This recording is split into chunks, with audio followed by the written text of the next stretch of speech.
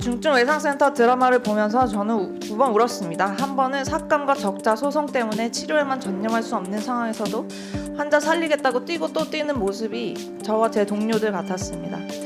또 한 번은 백강혁이 제자를 키우는 모습을 보고 울었습니다. 내가 스승님으로부터 배운 소중한 생명이라는 가치, 저는 이제 더 이상 전해줄 사람이 없기 때문입니다. 안녕하십니까. 단국대학교 권역외상센터에서 근무하고 있습니다. 저는 어제 아침 8시부터 오늘 아침 8시까지 뜬 눈으로 24시간 당직을 서고 이 자리에 섰습니다. 외상센터의 현재를 간략히 설명드리겠습니다. 권역외상센터는 2014년부터 전국을 17개의 권역으로 나누어 관할 권역 내에서 발생한 중증외상센터 환자의 최종 치료를 위해 설립됐습니다. 24시간 당직 월 10회, 36시간 연속 근무의 극한 노동 강도, 초단위의 대량 출혈을 쏟으며 온몸이 부서진 채 실려오는 중증 환자들, 열정과 사명감을 강요당하는 사회 분위기, 그럼에도 적자를 면할 수 없는 구조적 문제. 현실이 이렇다 보니 저희 단국대학교 외상센터에는 2020년 제가 입사한 이래 단 한 명의 후배 의사도 들어오지 않았습니다. 다른 센터의 상황도 마찬가지이므로 17개 권역외상센터 중 기준을 충족하며 제 기능을 다하고 있는 기관은 상위 몇 개 기관뿐, 나머지 중증외상 최종 치료의 역량을 상실한 지 오래입니다. 바로 어젯밤에 일어난 일을 하나 말씀드리겠습니다. 30대 남성이 오토바이 사고로 다발성 손상을 입었습니다. 사고 발생 지역에서 저희 병원보다 가까운 외상센터가 2곳이 더 있었습니다. 모두 인력 부족으로 특정과 진료가 불가능하다고 통보되었고 지역명 거론하지 않겠습니다. 혈압이 60 정도밖에 되지 않아 이송도 중 환자가 잘못된 확률이 높았으나 무리해서 수용할 수밖에 없었습니다. 다행히 도착하자마자 응급수술을 해서 환자는 생존했지만 환자도 저도 매우 운이 좋았을 뿐입니다. 작년 한 해 대부분의 환자들은 그렇게 생존하지 못했기 때문입니다. 지난주 당직 때 발생한 일을 하나 더 말씀드리겠습니다. 저희 센터에서 200km 넘게 떨어진 곳에서 외상성 심정지 환자의 전원 의뢰 전화가 왔습니다. 구급차로 달려도 3시간 넘게 걸리는 곳이고 여러분이 알고 계시는 닥터 헬기는 일몰 후에는 뜨지 않습니다. 이 역시 인력 부족 때문입니다. 그곳과 저희 병원 사이에는 외상센터 4곳이 더 있었습니다. 지역명 특정하지 않겠습니다. 이 환자가 살아서 저희 병원에 도착할 방법은 없었습니다. 수용 못했고 어디에서 사망했을지 모르겠습니다. 이런 일은 이제 더 이상 기사화되지도 않습니다. 의정 사태가 촉발된 2024년 2월부터 최대 10,000명의 환자들이 붕괴된 응급의료 체계로 인해 초과 사망했을 것으로 추정됩니다. 초과 사망이라는 말은 충분히 살릴 수 있었지만 살리지 못했다는 뜻입니다. 전국에 수천억을 들여 외상센터를 세우고 중증 외상 사망률을 개선하는 데는 10년이 넘게 걸렸지만 다시 예전 수준으로 회귀하는 데는 6개월도 걸리지 않았습니다. 현 정부의 의료개혁과 뒤이은 의료인 처단 계엄령은 자리를 지키던 필수 의료 의사를 내쫓았고 지방 의료 붕괴는 더 가속화시켰습니다. 저는 이를 현장에서 목격한 산 증인입니다. 문제는 여기에서 끝나지 않습니다. 최근 1, 2년간 국내 필수 의료인들을 병원 밖으로 내몬 결정적 요인은 의료 과실에 대한 형사 처벌과 과도한 민사 배상액입니다. 의료진의 고의나 중과실이 없을 시 형사 책임 면책이나 민사 배상액의 상한 설정이 절실하나 최근 의료개혁 특위에서 모두 없던 일이 되었습니다. 살리려고 시행한 기관 내 삽관 수뢰 수가는 47,000원인데 기관 삽관 후 사고에 대한 배상액은 5억입니다. 어떤 수술의 생존율이 99%라고 판사가 못 박으면 살리지 못한 의사는 상해를 입힌 자와 똑같은 범죄자 취급을 받습니다. 의료 행위에 대한 민형사 소송을 남발하는 사회적 분위기 속에서 의사들은 더 이상 생명을 다루는 분야에 종사할 이유가 없어졌습니다. 이에 젊은 의사들은 더 이상 수련을 받지 않기로 한 것뿐입니다.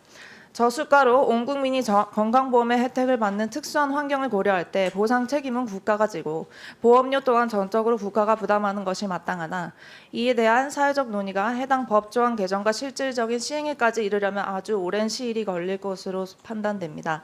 따라서 오늘 논의와 별개로 마련을 부탁드리고 싶은 것은 전공의 의료소송 면책 특례 조항입니다.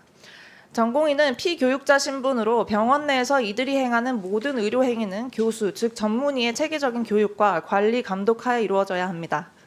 수련생이자 교육생인 이들이 단독으로 법적 책임을 져야 할 어떠한 이유도 없는 것입니다. 그럼에도 최근 전연차 전공의가 혼자 배상 책임을 지거나 형사 처벌되는 판례가 나오고 있습니다. 그동안 전공의들은 제자가 아닌 최저 시급도 받지 못하는 노동법의 사각지대에서 저수가 구조를 보상하기 위한 대형 병원들의 부속품 취급을 받아왔습니다. 한 달에 월급 몇 푼 더 주고 근무 시간 몇 시간 줄여주는 것으로는 이 나라에서 수련받기를 완전히 포기한 전공의들을 설득할 수 없습니다. 의료사고 교수 책임제 특례 조항 만들어 주십시오. 그러나 교수들 또한 벼랑 끝에 서 있습니다. 전문의 숫자가 현저히 부족한 상태에서 원가 이하의 수가로 식당과 장례식장을 넘어서는 매출을 만들기 위해서는 중간 착취자가 될 수밖에 없었습니다. 교육자로서 제자를 육성하는 데 헌신할 수 없는 그런 구조 개선되어야 합니다.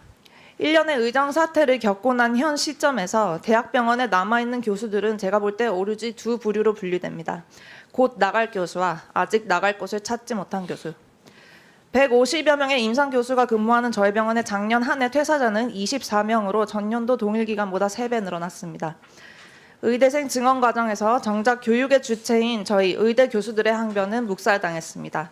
아카데미아 정신을 저버리고 경영의 논리에 굴복한 각 대학의 총장들만 여기에 앞장섰고 동조했을 뿐입니다. 동료들은 지금도 떠나가고 있고 여전히 냉난방이 되지 않는 교수실에서 잠을 자야 하며 학생 한 명당 한 평도 할애할 수 없는 교육과 실습의 환경은 개선되지 않았습니다.